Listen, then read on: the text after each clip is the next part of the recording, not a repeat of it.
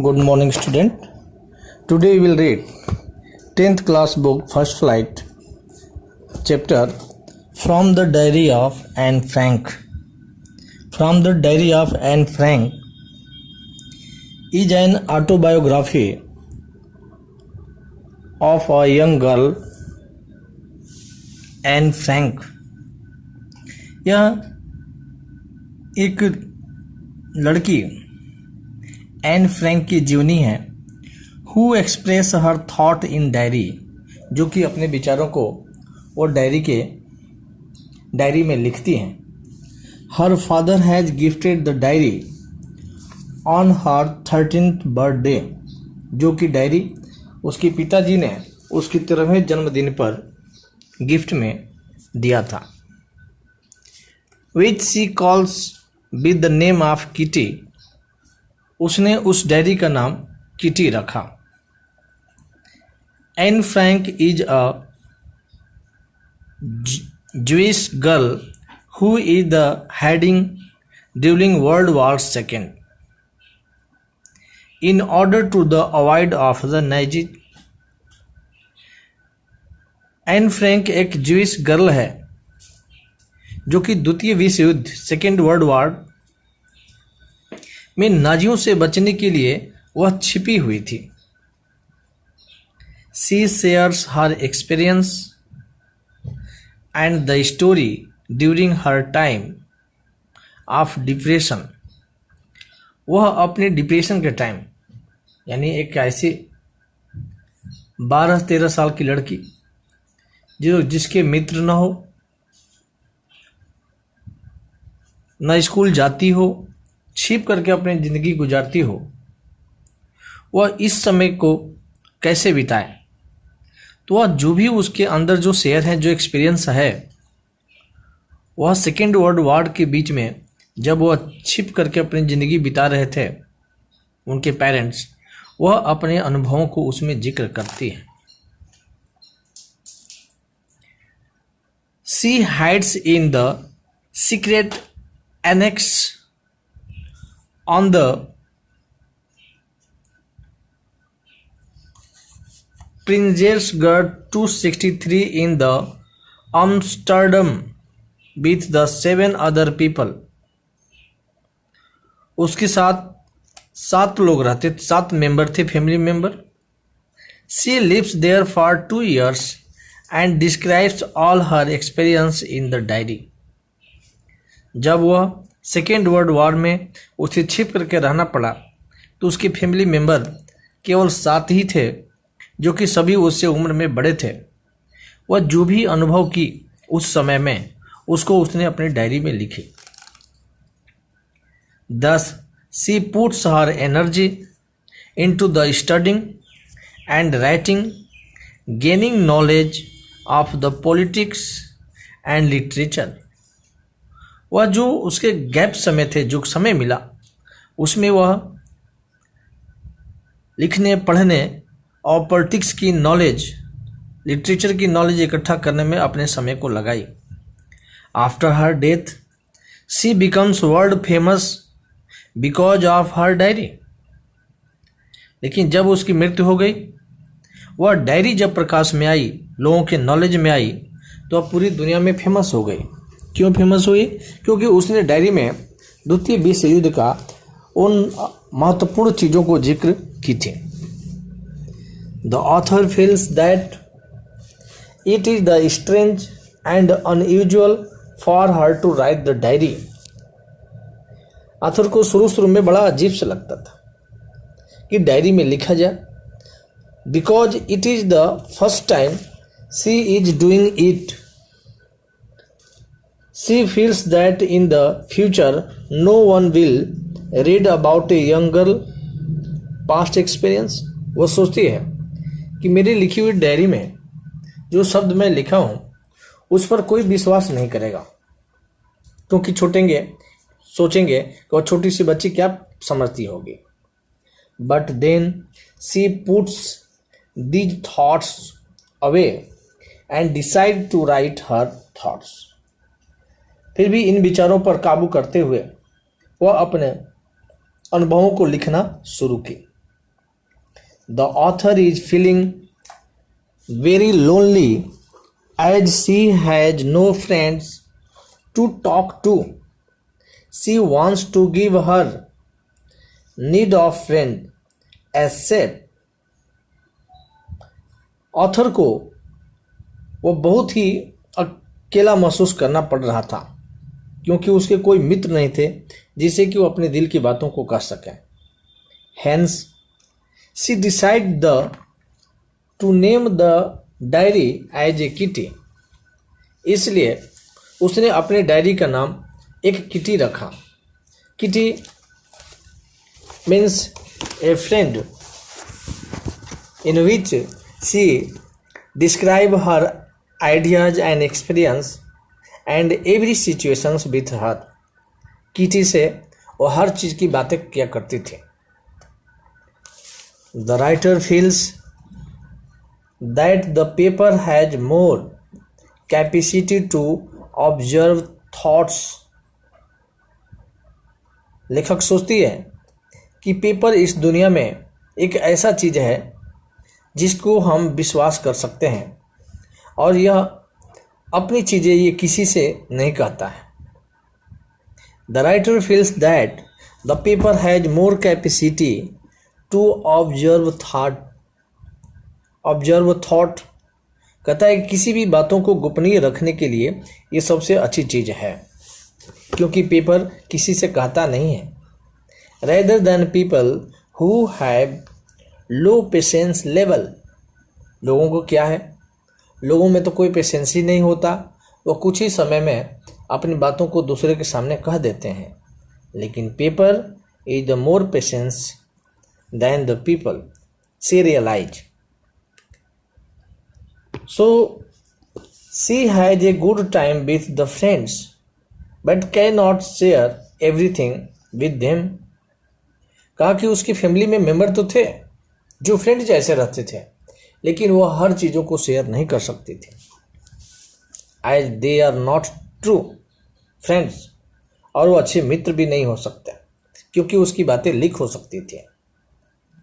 C refer to her father as the most lovely who presents her the diary on her 13th birthday. वह अपने पापा को दुनिया का सबसे बेस्ट पापा समझती है क्योंकि जो वह 13वें वर्षगांठ पर जो उन्हें डायरी प्रेजेंट किए वह उसके बहुत काम की चीज़ें थी. On June 20, 1942 she mention how her class is nervous about their results. अब ये कहानी 20 जून 1942 की है. यह आपने बताती है कि कैसे मेरे क्लास के बच्चे इस दिन बहुत नर्वस थे. नर्वस का कारण था कि उस दिन रिजल्ट आने वाला था. The author says that the only subject is unsure about is the mathematics.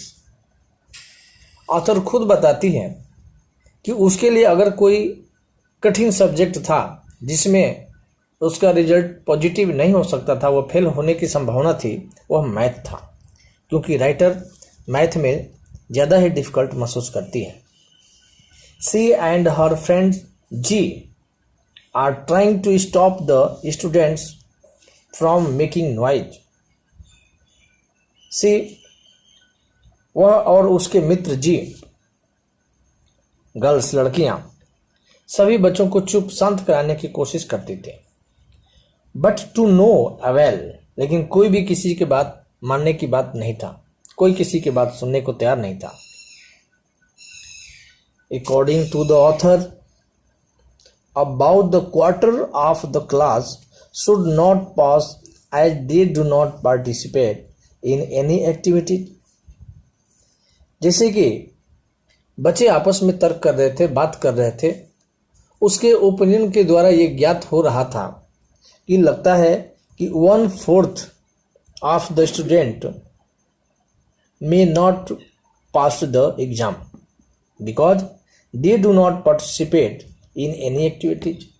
क्योंकि 1/4 फेल होने की संभावना थी, क्योंकि ऐसे बच्चे थे जो किसी भी एक्टिविटी में पार्टिसिपेट नहीं करते थे। Anne recalls how the math professor is constantly irritated by her talkative nature. Anne बताती है कि कैसे हमारे मैथ का टीचर प्रोफेसर किसिंग उससे हमेशा चिढ़ा करते थे। उनका चिढ़ने का कारण था कि मैं बहुत ही बातूनी थी, हमेशा बात करती थी। Which talking in his class he gives her extra homework as a punishment। जब मिस्टर किसिंग मुझे देखते थे कि ये हमेशा बात करती जा रही, बात सुन नहीं रही थी, तो मुझे पनिशमेंट के तौर पर एक्स्ट्रा होमवर्क दे दिया करते थे। The first punishment is to write an essay on chatterbox. उन्होंने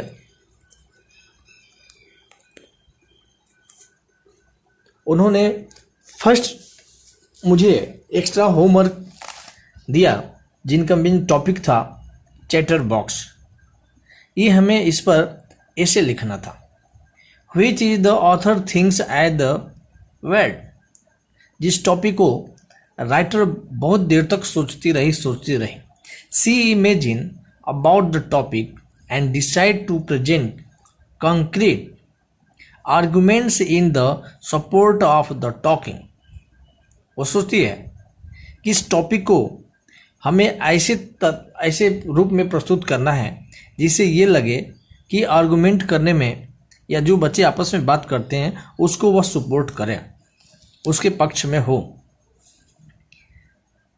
सी writes that she will try to better her self. उसने डिसीजन किया कि जितना भी अच्छा हो सकता है हम अच्छा लिखने की कोशिश करेंगे। But can not eliminate talking completely.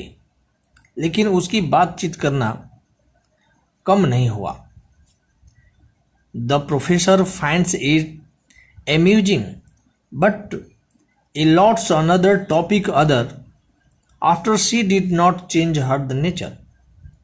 Professor देखते हैं कि इसे बहुत कुछ कितना हो पनिशमेंट देने के बाद इसमें सुधार नहीं हो रहा है, तो फिर वो दूसरी टॉपिक देते हैं। The topic is an incorrigible chatter box. तब उस राइटर को इनकॉरिजिबल चैटर बॉक्स कहते हुए एक टॉपिक देते हैं। Which refer to the habit that is the difficult to change. Incorrigible का सेंस ये होता है कि जिसका हम किसी भी टाइप का क्योर उसका इलाज नहीं कर सकते हैं। After keeping an eyes on her the professor give her another topic. उसके तरफ इशारा करते हुए कहते हैं कि she is the incorrigible chatterbox, she can not improve her nature, so he give the another topic to write on essay. The second topic name is quack quack quack, said Mistress Chatterbox as the punishment। तब mister Keesing जब देखते हैं कि writer किसी भी तरह का N बात को नहीं सुनती है, तो वह उसे क्वैक क्वैक कहते हुए कहे कि मिस्टर चैटरबॉक्स, मिस्ट्रेस चैटरबॉक्स, ये तुम्हारे लिए एक सेकेंड पनिशमेंट है जिस पर आपको ये लिखना है क्वैक क्वैक क्वैक पर। She runs out of the thoughts. इस टॉपिक पर वह बहुत सोचती रही। After writing 2 lines on the similar topic, उस टॉपिक पर इनकॉरिजिबल चैटर बॉक्स पर वह 2-3 लाइन लिखी कोशिश की। But she find that she is not able to write in the sequence. अब उसको पता है कि वो ठीक से नहीं लिख पाती है। She decides to write her third topic in form of the poem. तब उसने सोचा कि इसको हम पोयम के रूप में लिखें। And writes a satire and luckily the professor takes it lightly.